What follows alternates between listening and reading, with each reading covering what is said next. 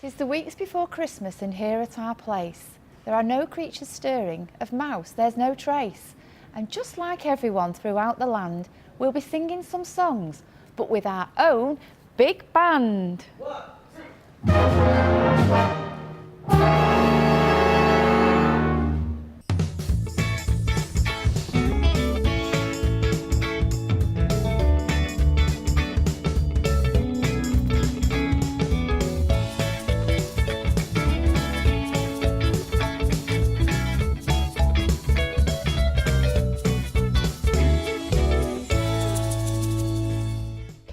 You're back at our place for the final show before Santa comes down the chimney.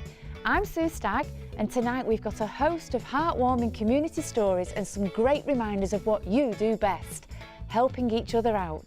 We've got a cracker of a show for you. In Birmingham, a community bands together to help a friend battle obesity. In Manchester, Coffee for Craig keeps those on the streets warm and comforted. We hear from a guardian angel gardener who, with the help from the community, saved a school from vandals. And get your dancing shoes ready for the big band, which plays for fun and raises thousands of pounds for charity in the process. The chance to dance comes a bit later on in the show, but for now, don't we just love the Christmas TV adverts that tell tales of robins going home, men on the moon, dogs on trampolines? They are, of course, designed to get shoppers parting with hard-earned cash. But a company in Liverpool is doing it differently this year. The fashion chain Very has launched an online social media campaign to instead give stuff away for free.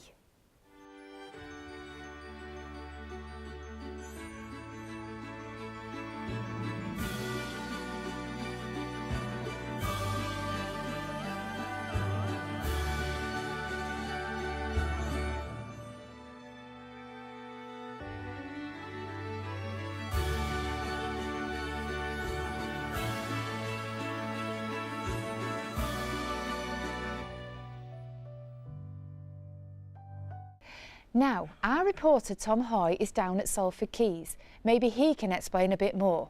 So, what's all this about, Tom? Hi Sue, thank you. I'm here in the heart of Salford, where the weather may be awful, but I don't care, because I'm British. I'm here to talk about Very and their new campaign, Random Acts of Kindness, which involves Very giving out gifts to random people for free. There's no catch. Apart from if you receive one, you have to give one out yourself to spread the Christmas joy. Now, if you know me, you know I'm a man of Christmas joy and I like to get involved myself. So I'm going to give it a go, find some people and give out some gifts for free. I don't want any money. So what do you think of that, Sue? Back to you, Sue, in the studio. Thanks, Tom. We'll be back with Tom later on in the show to see how he's getting on with his very generous giveaway.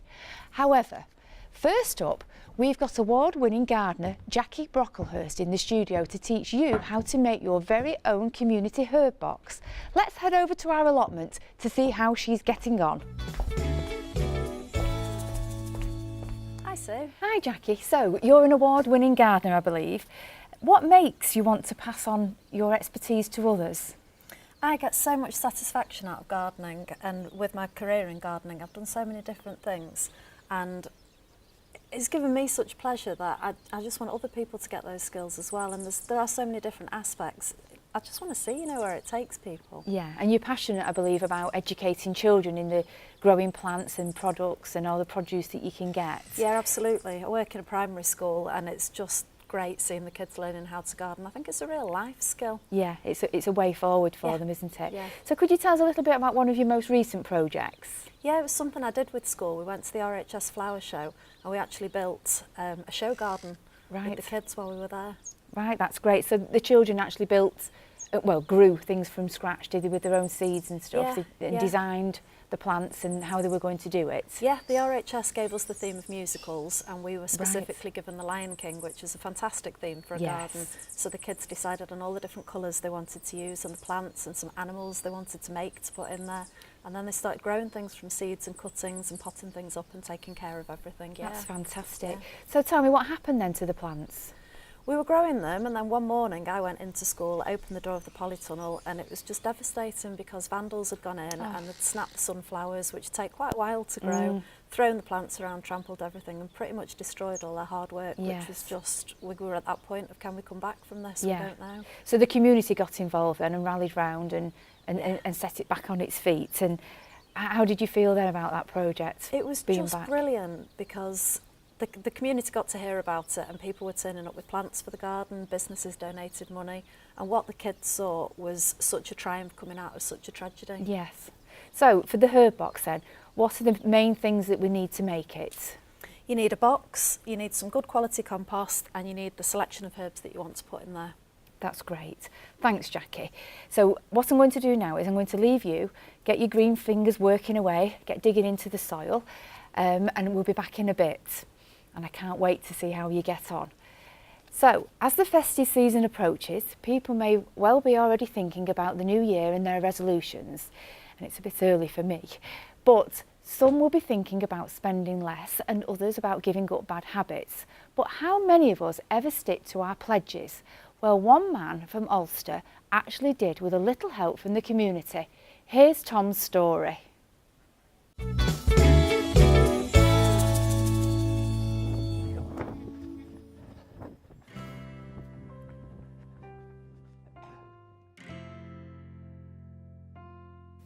I've known Tom since I was probably about 8 when he was at the shop. Met him properly here where he was coming to the gym. We started, well, talking straight into personal training. I feel like it's boosted him. Like before he was losing weight still at a good rate, but I feel like incorporating different type of training techniques like HIIT training and stuff like that, it's boosted him along, and even me looking back on his progress, I've seen a massive change. 12, 13. My mum sadly passed away about 12 years ago. You know, it was quite a difficult time then. You know, I was eating only for comfort, and then it got out of control. But I've now learnt to control it. 12 months ago today, we both went to Slimming World together. I encouraged him to come with me. It was raining. I went round to his house to meet him because he was nervous. We walked round together and I chatted along the way, told him how popular he'd be with all the girls. There's about 60 members of the morning group, and I said he'd be the man of the group. He's totally different now. He's got more confidence, learning to drive. He's planning a holiday to America next year. He wouldn't have done that 12 months ago.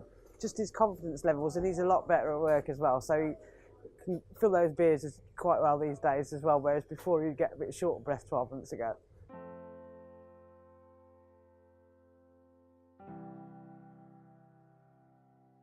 Facebook has been unreal. I've never had so many comments on so many pictures I've been putting up. If you're sharing something about him, it makes you look like you're proud of him. So straight away he's going to push more, push harder. I'll try and watch all of his video blogs as well, just to make sure I know if I'm up to date with him on the session. See if he don't like a bit, because with Tommy he'll just say if you don't like it, which is good. Just make sure he's enjoying it and keeping it fresh, really. I watch his videos at home, been walking to and from the gym, so now nasty after JK has been vicious or something, or cruel or whatever. But that's good that he can do that as well. He wouldn't have done that 12 months ago either. You know, he's obviously a lot more confident these days.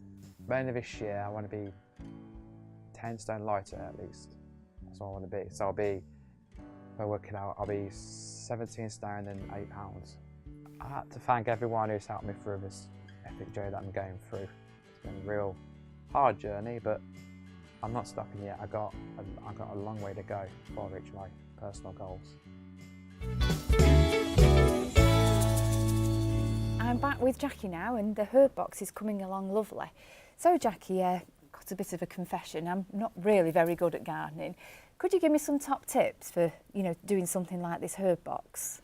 Yeah, herb boxes are one of the easiest things you can do. You just need a box, you compost your plants, nice choice of herbs that you're going to use in your cooking, and all you've got to remember is you just need light, air around them and remember to water it regularly, and then you're done. So the actual plants that you use in the herbs, are Yeah. there certain ones you use at different times of the year? I mean, are they seasonal, or do you tend to use them all year round? Yeah, these ones, they're all evergreens, so they're really good for winter Right. displays.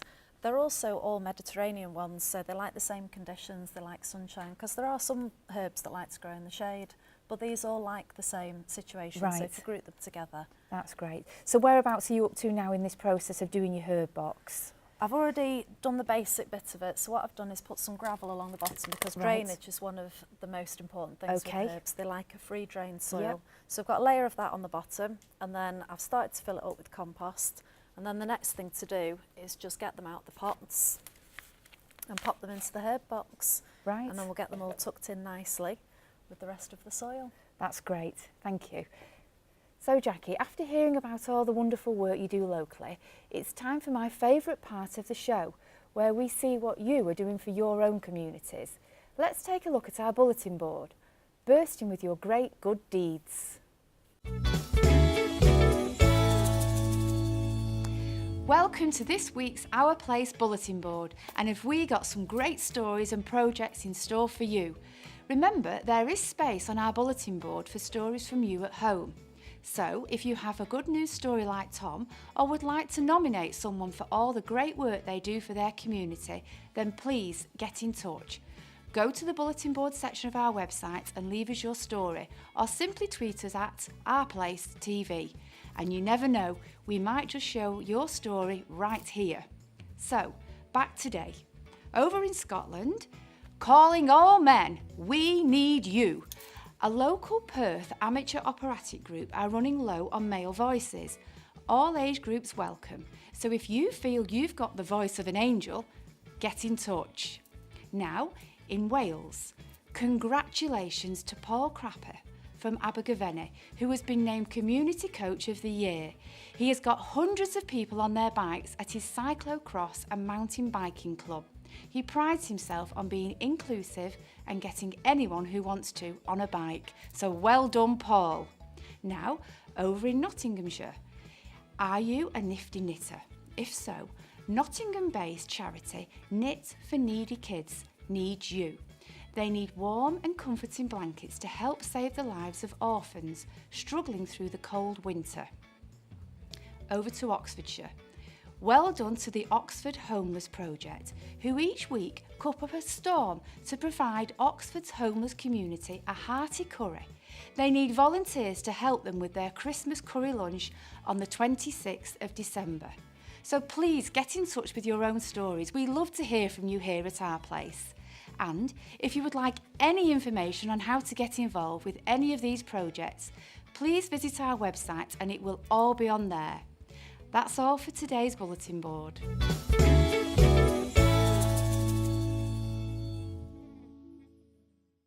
Wow, there are some really amazing things happening in our communities. It's just so important to help each other out and work together. Did you know that according to research conducted by Oxfam, volunteering could actually improve your social life and make you less lonely? So what have you got to lose? Get involved with a project near you this Christmas. You can find links to local projects on our website. Now, on the topic of volunteers, Coffee for Craig is a charity that relies heavily on the hard work of their supporters. Formed just 3 years ago, an army of volunteers work their socks off to provide food for homeless people in Manchester and Cardiff, 7 nights a week, 52 weeks a year.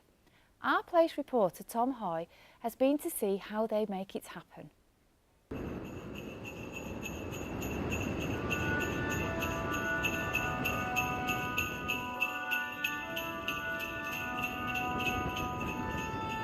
I'm here in cold, rainy Manchester, where it's a bitter chill of 2 degrees.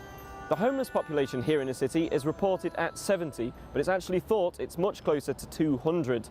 However, I'm going to get stuck in tonight and give a helping hand at the community that wants to make a difference, Coffee for Craig. As I've come here before in the past, and it's a place to go if you've got nothing, if you need something to eat, places like this that you've got to rely on. And is there enough things like this around, or is this one of the only ones you've found? There's plenty around. I'll tell you this, mate. If you're out there on the street and you've got nothing to eat, it won't last 5 minutes because you'll have plenty. They're thrown at you all over the place. Simon, what do I need to do? Well, when the customers come over, you take their order. There's the coffee, there's hot chocolate, there's the sugar, there's tea. See what they want. Brilliant. Put it into the cup. There's the hot water. Brilliant. And Craig, you're here. You want a coffee? Yes, please. A coffee with 2 sugars, please. 2 sugars, of yes, course. Please. I'm joined here with Hayley, who's one of the volunteers here at Coffee for Craig. Thanks for joining me, Hayley. No problem. Would you say there's a good community here? What's people's reactions that come? When the guys come to feed, a lot of them will hang around for a while just to chat. They'll chat to us about their lives, ask us about our lives, just generally come for somebody to talk to, because during the day they'll often be passed by, nobody will speak a word to them. Marie, what about you as well? What do you take from it? Mainly helping the lads and the ladies. Yeah. Knowing that even if you get one of them a bed for the night, they're fed, they've got food, they've got drink, and help them out with clothing and that. As you can see, there's clearly more than 70 homeless people here in Manchester, but it's communities like Coffee for Craig that really make a difference.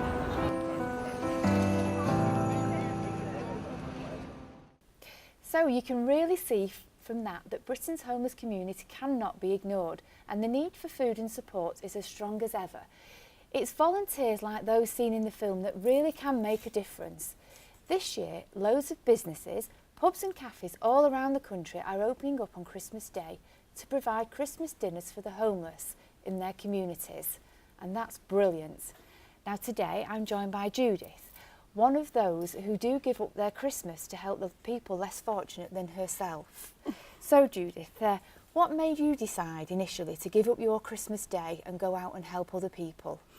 I think as a family we were thinking Christmas is losing its original meaning. Yes. And that presents and gift buying and giving was getting out of hand. So we decided as a family to do something different with our Christmas and to give up those things and to go and help the homeless have a good Christmas meal and a full day in Stockport.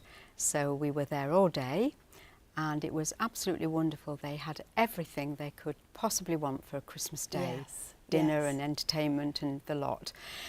And we got a lot of satisfaction out of that. Yeah. So it added to your Christmas as well? It certainly did, big time really. That's great. And we could go home then afterwards and feel that we had done something really beneficial for them. And appreciated. Absolutely. Yes. And then we could go home and have our Christmas dinner and enjoy our Christmas. So it was a 2-in-1 really. Yeah, that's great. So obviously you do think that these organisations like Coffee for Craig and yours, it's Stepping Stone it's called, isn't it? The Stepping Stone, yes, yes. So they are vital to the community. Absolutely vital, yes. So would you say to people to go out and volunteer, is that what you'd say? And definitely, if you have a heart for it or if you feel that you can help in any way, and that's either in time and energy and being there for the day. And how do you cope with the emotional connection? How would you say you feel about going out? Do you get involved? You feel? Yeah, it's good, and I it is emotional in a lot of the cases, but I think if you have a heart for it, and you can give out the love that as human beings it is a good thing, and that's what Christmas is all about. It is. It's loving, isn't it? Yeah. And giving really. It is. And it's not just giving the presents, it's giving of yourself. So the name Stepping Stone, did that come as stone.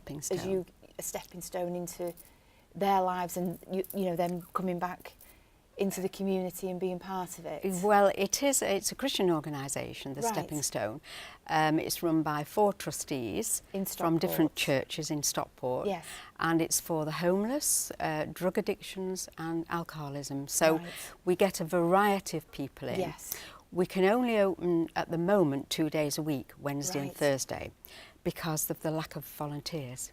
Right. We would like to open more, so volunteering is really vitally important, really. That's great. Yeah, and that would be good if we could. Yes, that's brilliant.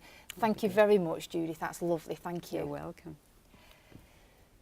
So, if you at home would like to get involved, all the information you will need is on our website. Now, over the past few weeks, we've been asking you to send in some of your stories via Twitter, Facebook, and Vimeo and all the other social medias. So here's time for a quick selection. We've had a tweet sent in all the way from Australia. Paul tweeted saying, "At our place TV, this place in St Kilda, Melbourne is an amazing sitting garden project, inspiring even. Wow, this place looks beautiful. Thanks for tweeting in, Paul." You have one as well, don't you, Judith? I have. On the theme of gardens, Joe has tweeted in showing us the fantastic transformation of his community allotment. And here's another allotment. Jacqui, you've inspired our viewers. This one has been sent in by Nick, and he tweeted in saying, "At our place TV, this was barren wasteland until the local community got together and turned it into this. Hashtag Loftwood, Norfolk." And that's great. But if you'd like to send in some of your messages and have them read out on next week's show, make sure to tweet in your stories and pictures to @OurPlaceTV. Now, you may have seen them at the start of the show, getting ready to perform, but this week we've been over to see the University of Salford's big band rehearse, but we found out that they do a lot more than just play instruments. Let's take a little look.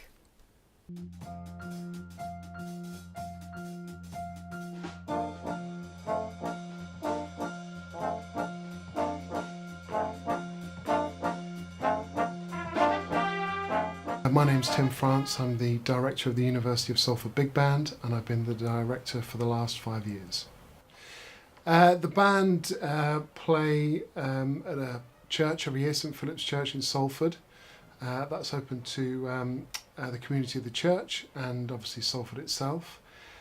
We play a concert at Canon Slade School in Bolton. It's one of the largest schools in Bolton, and they invite lots of other school children from the surrounding area to come in and have a watch too. When the kids look at us when we're performing, you see that inspiration in their eye, and to us that is probably the most rewarding feeling that we can ever have and achieve within the university. It's really rewarding to perform with charity events because you've got so many opportunities to play in the community and actually see what you do is going to a good cause. And then the last concert of the season is for the Mayor of Salford. He has a charity ball, and the money that's collected from that concert goes towards his charities.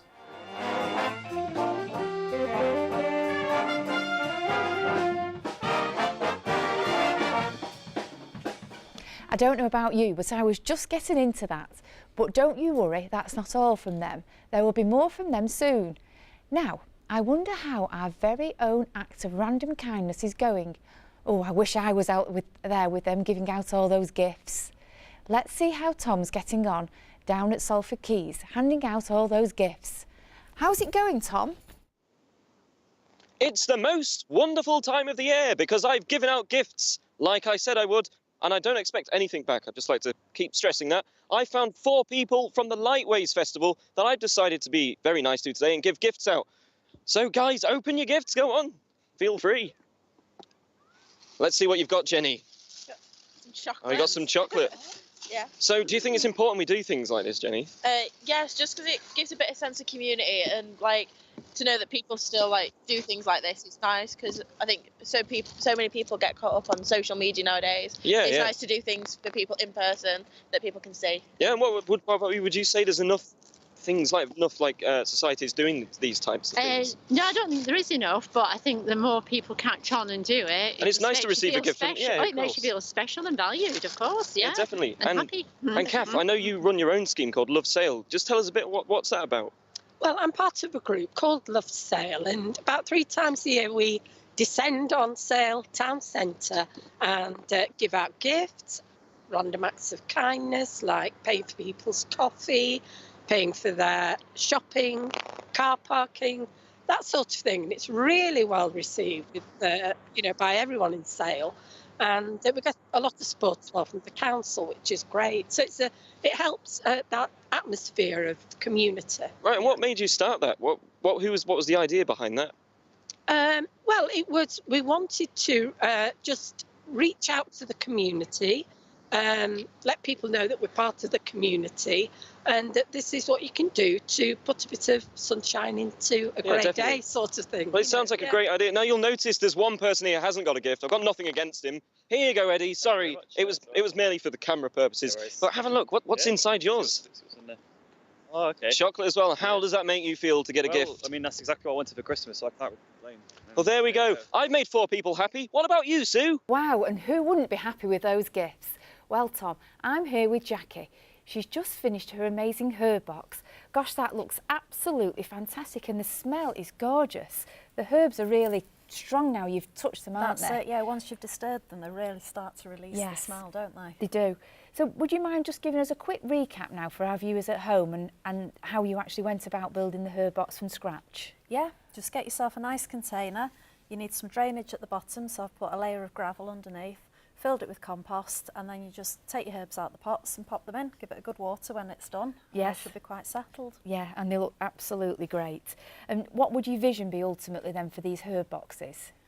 I just think it'd be great if these were all around schools, community places, so that when people are out and about, they're thinking about what they're going to have for tea, and they can just take, you know, a little sprig of rosemary off there, take a little bit of thyme. It's always really good with, you know, nice things that you've chosen to eat. Just be nice to see people using them in cooking and having them freely available. Yeah, and all grown by themselves as well for the added pleasure. Yeah. That's great. Thanks very much, Jacqui. Now, if you've missed any of the demonstration earlier, you can catch up with a recap on our Place website. But that's sadly all we have time for on today's show and for this year. What a wonderful year this has been. And if you'd like to catch up on any of the stories you've seen on today, visit our website or social media pages on the links on the screen now. However, as a thank you for all the hard work in your communities, I've got an early Christmas present just for you. Follow me.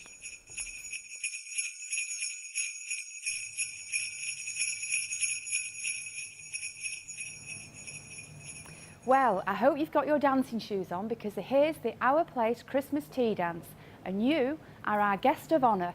As I said earlier, my friends from the University of Salford Big Band are here to play us out. Thank you so much for watching. I've been Sue Stagg. Have a wonderful Christmas and a Happy New Year. See you next time. Take it away.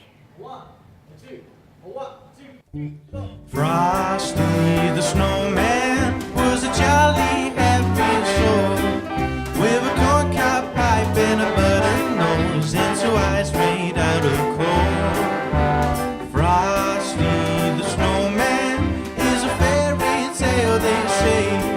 He was made of snow, but the children know how he came to life one day. There must have been some magic in that old silk hat they found, for when they placed it on his head, he began to dance around. Oh, Frosty the Snowman was alive as he could be, and the children say he can laugh and play just the same as you and me.